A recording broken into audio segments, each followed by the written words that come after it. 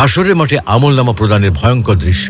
প্রিয় দর্শক, হাসরের দিন বা বিচার দিবস হল একটা প্রলম্বিত দিন, একটি অন্ধকারাচ্ছন্ন দিন। পৃথিবীর সময় বিবেচনায় সেই দিনের পরিমাণ হবে 50,000 বছর।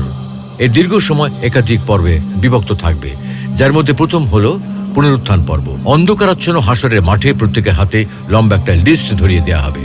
সেখানে তার দুনিয়ার জীবনের সবকিছু পুঙ্খানুপুঙ্খরূপে লেখা থাকবে, ছোট থেকে ছোট, ক্ষুদ্রাতি ক্ষুদ্র বিষয়, প্রতিটি মহৎ কাজের কথা, প্রতিটি মুহূর্তের কথা। এক মুহূর্তের বিবরণ বাদ যাবে না। তখন এই বিবরণ নিয়ে মানুষ সামনের দিকে যেতে থাকবে, মূল বিচার মঞ্চের দিকে এগুতে থাকবে। হাসরের মাঠে এমনই এক মহৎ ত্রাসের পরিস্থিতির সৃষ্টি হবে। আর এ কারণেই সেদিন কাফের মুনাফিকরা মুখের উপর ভর করে হাঁটবে, ভয়ে আতঙ্কে চোখে মুখে কিছুই দেখবে না, যেন অন্ধকার হয়ে গেছে। তাদের মুখ দিয়ে কোনো কথা বের হবে না, যেন তারা বোবা হয়ে গেছে। আশপাশের কিছুই কানে শুনবে না, যেন তারা বধির হয়ে গেছে। তারা সেদিন এতটাই ভীত সন্ত্রস্ত থাকবে যে সেই ভয়ে লাঞ্ছনা তাদের চেহারায় ফুটে উঠবে। সেদিন আমলনামা হাজির করা হবে, তা দেখে অপরাধীদের ভীত আতঙ্কিত দেখা যাবে। তারা বলবে, হায় রে কপাল, এ কেমন আমলনামা!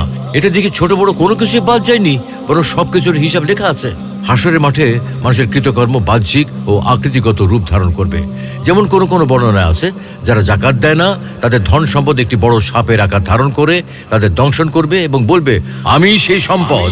আল্লাহ রাব্বুল আলামিন আমাদের সকলকে আসহাবুল হাসানাত দলের অন্তর্ভুক্ত হওয়ার তৌফিক দান করুন।